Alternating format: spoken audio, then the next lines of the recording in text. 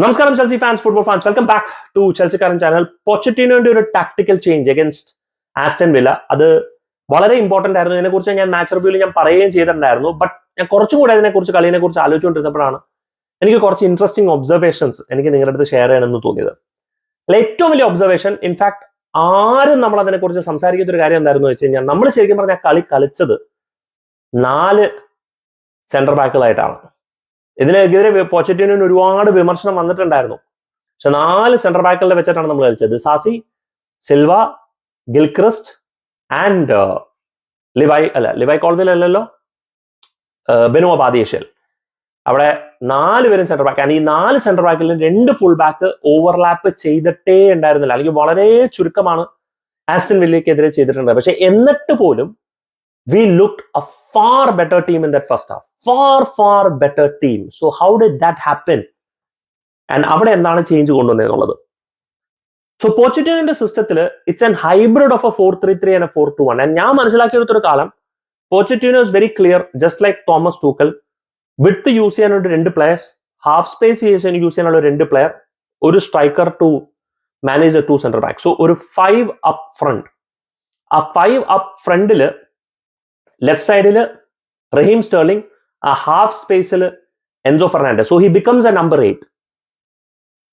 ഫ്രണ്ടിൽ അവിടെ പാൽമർ, ഇപ്പുറത്തെ ഹാഫ് സ്പേസിൽ, and this is where things got interesting ശരിക്കും പറഞ്ഞു കഴിഞ്ഞാൽ. കാരണം പാൽമറിനെയും സ്റ്റേർലിംഗ് അല്ല, സ്റ്റേർലിംഗ്, പാൽമർ, പിന്നെ ഇപ്പുറത്തെ സ്പേസിലെ കാര്യം പറയുകയാണെന്നുണ്ടെങ്കിൽ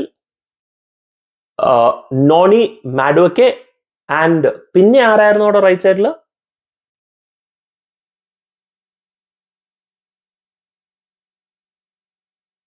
പിന്നെ we had Conor Gallagher. And Conor ഗാലഗറിന് ഒരിക്കലും ഞാൻ യൂസ് ചെയ്യപ്പെടാത്ത ഒരു പ്രൊഫൈലിലാണ് ശരിക്കും പറഞ്ഞാൽ ഞാൻ കണ്ടത്. So Palmer occupying that number 9 slot, അല്ലെങ്കിൽ ഫോൾസ് 9 സ്ലോട്ട്. ഈ കോണർ ഗാലഗറും കോൾ പാൽമറും തമ്മിൽ ഞാൻ കോളോ ആക്കിയ ഒരു പരുവത്തിലാണ്. ഗാലഗർ ആ ഹാഫ് സ്പേസിലും നോണി മാഡോക്കെയും വിത്ത്. സോ ആ വിത്ത് ആണ് യൂസ് ചെയ്തത്. And you was smart in that. And ഒരു ക്ലാസിക് 2-3-5 ആയിരുന്നില്ല. 2-3-5 ആകുമ്പോൾ 2 ഫുൾ ബാക്സ് ഇൻവേർട്ടഡ് ആയിട്ട് കൈസറോന്റെ ഒപ്പം വരണം എന്നുള്ളൊരു സിറ്റുവേഷൻ ആയിരുന്നു. ഇത് അങ്ങനെ വരുന്നൊരു സിറ്റുവേഷൻ ഉണ്ടായിരുന്നില്ല. ഇവിടെ എന്തായിരുന്നു എന്ന് വെച്ച് കഴിഞ്ഞാൽ, നമ്മളൊരു ഹൈബ്രിഡ് 3-2-5 ആയിരുന്നു. എന്ത് ഹൈബ്രിഡ് എന്ന് പറഞ്ഞു കഴിഞ്ഞാൽ, ലെഫ്റ്റ് സൈഡിൽ നിന്ന് അറ്റാക്ക് പോകുമ്പോഴത്തേക്കും ഗിൽക്രിസ്റ്റ് അടുത്ത് വന്നിട്ട് നമ്മൾ മൊത്തത്തിൽ ഇങ്ങോട്ട് ചെരിഞ്ഞ് Caicedo as a lone single pivot.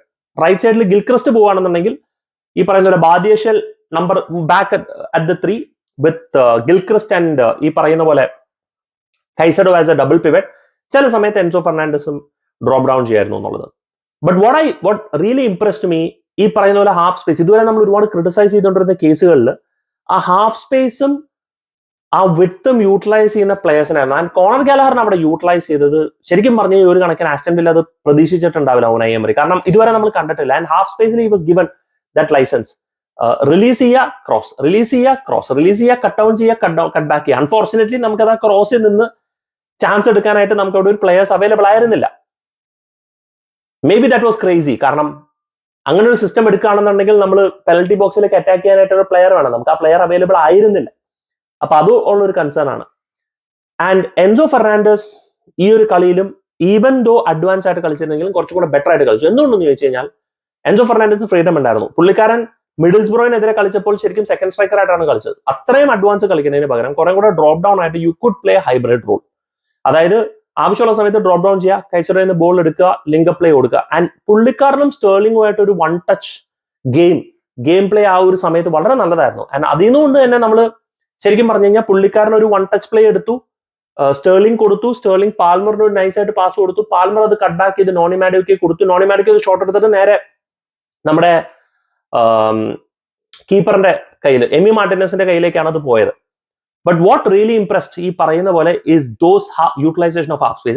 And even though 4 center backകൾ ഉണ്ടെങ്കിലും, even though Caicedo was again a lone midfielder, ഒരുപാട് ഡബിൾ പിവറ്റ് വെച്ചിട്ട് എൻസോ ഫെർണാണ്ടസിനെ കളിപ്പിച്ചില്ലെങ്കിൽ തന്നെയും ആ ഫ്രണ്ടിൽ ആ 5 സ്പേസ് യൂട്ടിലൈസ് ചെയ്തത് വളരെ ഭംഗിയായിരുന്നു. And that evolution look really good. So ഒരു 4-3-3 became a 4-2-3-1, changed into a 3-1-6, into a 3-2-5, അല്ലെങ്കിൽ ഒരു 2-3-5 ഷേപ്പിൽ ഒരു ഹൈബ്രിഡ് മൂവ്മെന്റ് ആണ് മൊത്തത്തിൽ നടന്നുകൊണ്ടിരുന്നത്. ഈ ഒരു ഹൈബ്രിഡ് മൂവ്മെന്റ് ആണ് ശരിക്കും പറഞ്ഞു കഴിഞ്ഞാൽ ആസ്റ്റൺ വില്ലയെ കുഴപ്പമാക്കിയത്.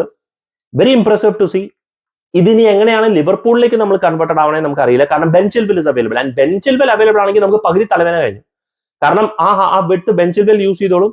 ഹാഫ് സ്പേസ് അങ്ങനെയാണെങ്കിൽ സ്റ്റേർലിംഗ് ഉള്ളിലേക്ക് കട്ട് ചെയ്തോളും. അപ്പൊ നമുക്ക് പ്രോപ്പർലി ഒരു ഡബിൾ പിവറ്റ് വെച്ച് കളിക്കാം along with I think it will still be Palmer as a false 9. കാരണം ബ്രോയ I'm not really convinced ഒരു നമ്പർ 9 ആയിട്ട് കളിപ്പിക്കാൻ പറ്റിയ ഒരു പ്ലെയർ അല്ല. പ്രത്യേകിച്ച് ലിവർപൂളിന്റെ സിസ്റ്റത്തിൽ വെർജിൽ വാൻ ഡൈക്കും കൊനാട്ടയും ഒക്കെ അവൈലബിൾ ആയിരിക്കുമ്പോൾ അവനെ വെറുതെ പഞ്ഞിക്കിട്ട് കളയും. അപ്പൊ അവിടെ ആണെങ്കിൽ കോൾ പാൽമറിന്റെ ആ മൂവ്മെന്റും ശരിക്കും പറഞ്ഞു കഴിഞ്ഞാൽ അവരുടെ ബാക്ക് ലൈൻ ഒന്ന് അൺസെറ്റിൽ ചെയ്യാം, പ്രത്യേകിച്ച് അവർ ഹൈ ലൈൻ കളിക്കുമ്പോഴത്തേക്കും. പിന്നെ അപ്പൊ അവിടെ നിന്ന് right സൈഡിലാണെന്നുണ്ടെങ്കിൽ ഓടിയെടുക്കാനായിട്ട് we might still have Noni Madueke and Conor Gallagher. So it will be very interesting to see എങ്ങനെയാണ് നമ്മൾ ഈ പറയുന്നത് പോലെ. ആൻഡ് മാലോ ഗുസ്തോ അവൈലബിൾ ആണോ? ആൻഡ് മാലോ ഗുസ്തോ അവൈലബിൾ ആണെങ്കിൽ വിൽ ഹി സ്റ്റാർട്ട്? എൻകുങ്കുയുടെ ഒരു സിറ്റുവേഷൻ ചോദ്യം വരുന്നുണ്ട്. എനിക്ക് രണ്ടുപേരും സ്റ്റാർട്ട് ചെയ്യാനുള്ള ചാൻസ് കുറവായിട്ട് എനിക്ക് തോന്നുന്നത്. കാരണം they are returning from the injuries or ഇഞ്ചുറിയിൽ നിന്ന് റിട്ടേൺ ചെയ്യുമ്പോൾ typically you get only 20-30 minutes. But very very interesting. നല്ലൊരു ടാക്ടിക്കൽ എവല്യൂഷൻ ആണ് ഞാൻ കണ്ടിരിക്കുന്നത്. ഇത് കൺസിസ്റ്റന്റ് ആയിട്ട് വെക്കും എന്നുള്ളത് നമുക്ക് കണ്ടറിയാം. Do let me know guys your thoughts in the comment section. Thank you so much for watching. Signing off, SK from Chelsea Karan.